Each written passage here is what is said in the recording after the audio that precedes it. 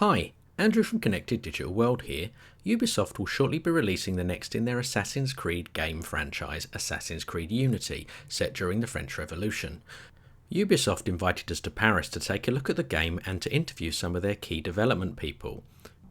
And all gameplay footage was captured from the Xbox One version of the game. Enjoy! So thank you for joining us. Hi, thanks. It's very nice. Would you like to introduce yourself and tell us your role?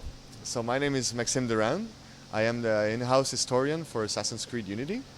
So basically my role is to help the team make sure the game is both fun and historically accurate as much as possible. So how do you go around doing that particular role then? All right, so on a daily basis what it means is like when we start production, my goal is to make sure that the team understands the time period we're working with. So for instance, the French Revolution, because we have multiple studios, everyone has a different thinking about the French Revolution. So my goal is to read a lot, give speeches to the team, make them understand that, so everyone is on the same set.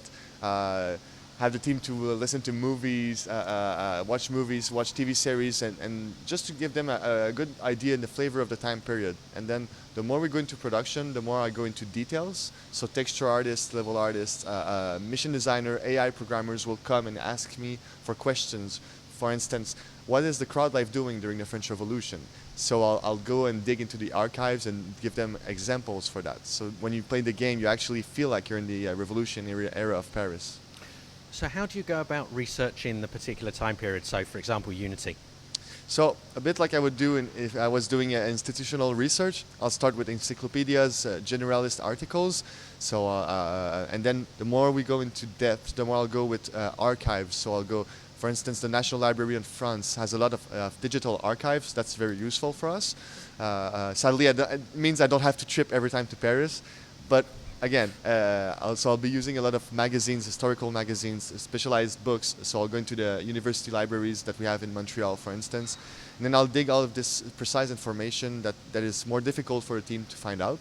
And then what it means is that we are able to go with details, an amount of details that is very high into a game. And so we can reproduce the city as it was. And what was the biggest challenge for researching Unity? Every game is different. This time around, the whole deal of doing this huge city was the challenge. So the scope of the city was a challenge. We have 7 districts. All of them have different flavors, different landmarks. So to make sure that this huge city which is one, but actually you have so many different wards. Like we really want to have a lot of details. So that's the biggest challenge here. Okay. Tell us a little bit about the time period where Unity is actually set. So Assassin's Creed Unity is set during the French Revolution. The time period that we have in the game is about 1789 to 1794. We go a bit later even to the 1800s because we want to also play with the character that's called Napoleon. So some people have heard about him, no kidding. It's a very, very famous character, for instance. But the French Revolution, what it was, is actually it's the end of a 1,000-year-old regime. That's the feudal regime. That's the monarchic regime in France. And then these 4 years that you'll see in the game during the French Revolution is just this idea of trying to make something new, a new political way of doing things, a new social way of doing things, and it's just chaos for these 4 years, and that's what you'll see in the game. So everyone tries to find a solution, but they don't know exactly what it is.